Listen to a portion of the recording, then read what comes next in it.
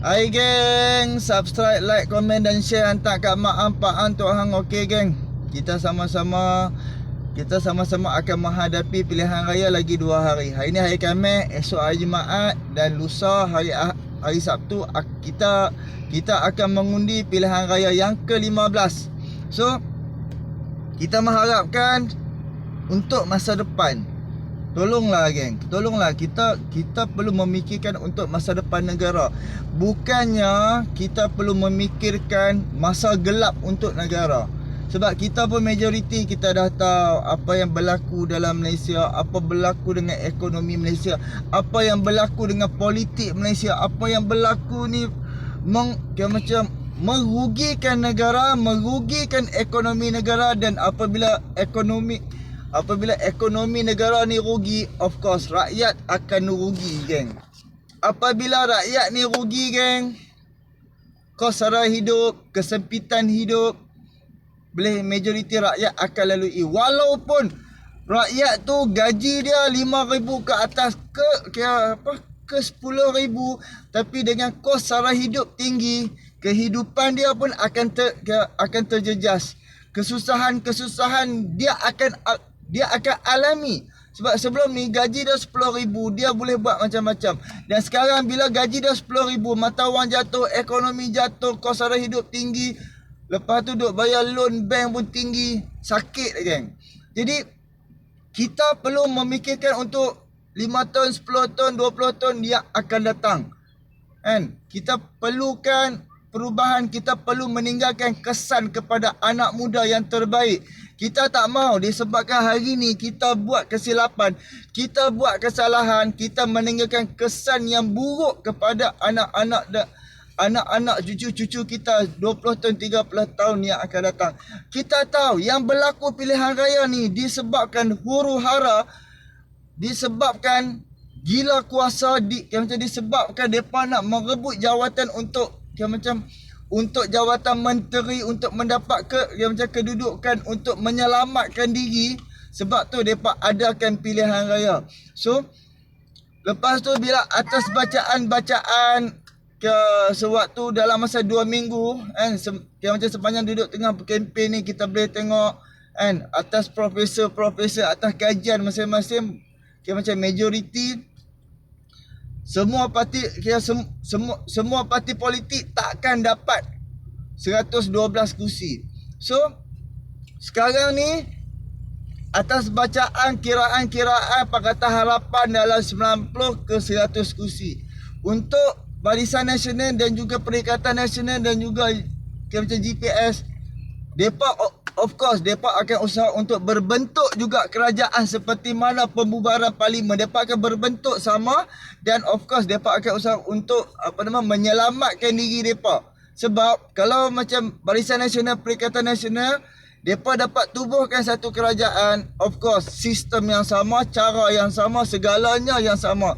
Berbeza dengan Pakatan Harapan. Kalau macam di antara macam Pakatan Harapan 100 kursi, ada lagi 12 orang perlu perlu bergabung untuk nak menubuhkan kerajaan. Of course kalau Anwar Ibrahim menjadi Perdana Menteri, Anwar Ibrahim takkan selamatkan siapa-siapa, dan of course Anwar Ibrahim akan buat perubahan kau-kau punya. Jadi itu yang mereka takut. Sebab kalau Anwar Ibrahim naik jadi Perdana Menteri, of course Anwar Ibrahim akan siasat 600 bilion yang dibelanjakan oleh Muhyiddin Yassin sewaktu zaman PKP. Dan Anwar Ibrahim akan siasat projek-projek 580 bilion yang diberikan untuk projek-projek kepada kroni-kroni sewaktu zaman darurat yang dibuat oleh Muhyiddin Yassin. Sebab tu mereka cukup takut kalau Anwar Ibrahim naik jadi Perdana Menteri. Dan of course kalau aku akan korek benda-benda yang merugikan negara, perkara-perkara yang pernah kerajaan terdahulu buat, meninggalkan kesan yang buruk kepada rakyat dan juga negara. So kita perlu siasat kan? Sebab itulah mereka cukup takut pimpinan politik yang ada di dalam Barisan Nasional, yang ada di dalam Perikatan Nasional, yang ada di gabungan Parti Sarawak dan juga Sabah. Mereka cukup takut kalau Anwar Ibrahim jadi Perdana Menteri. Dan kena ingat, untuk Azam Baki semalam Rafizi Ramli ada sound Rafizi Ramli ada sound terhadap Azam Baki. Ready lah kan. Sebab kita boleh nampak apa yang berlaku daripada zaman Muhyiddin Yassin dan selepas Muhyiddin Yassin jatuh dan naik Ismail Sabri, kita boleh tengok segala rasuah salah guna kuasa depa dilepaskan, depa dibebaskan. Kes-kes hak yang duk dapat hak yang duk ada salah guna salah guna kuasa dibebaskan. So orang-orang macam ni yang merugikan negara, yang macam menjatuhkan martabat negara, yang menjatuhkan apabila martabat negara ni jatuh dengan rasuah, of course negara-negara pelabur-pelabur di luar negara dia akan tengok Malaysia. Kalau dia nak main macam melabur dalam Malaysia, dia akan tengok ekonomi negara, dia akan tengok apa yang perlu dia tengok sebelum dia masuk melabur di dalam Malaysia. So, sekarang ni untuk berbaki 2 hari ni, tolonglah pujuklah siapa-siapa kawan-kawan, undilah Pakatan Harapan. Kita perlu buat perubahan. Sekarang ni kita boleh tengok semalam 70 orang profesor menyokong Anwar Ibrahim sebagai Perdana Menteri. Sebab apa? Mereka nampak, dan seperti mana apa yang aku nampak, apa yang aku tahu, Anwar Ibrahim akan bawa dasar baru, akan bawa perubahan baru, akan bina balik sistem-sistem yang dah rosak, pengurusan kerajaan yang dah rosak, yang merugikan negara, merugikan rakyat. Sebab pimpinan yang merompak, merasuah, salah guna kuasa. Akibat pimpinan terdahulu, sekarang kita rakyat Malaysia, kita yang kena tanggung ni.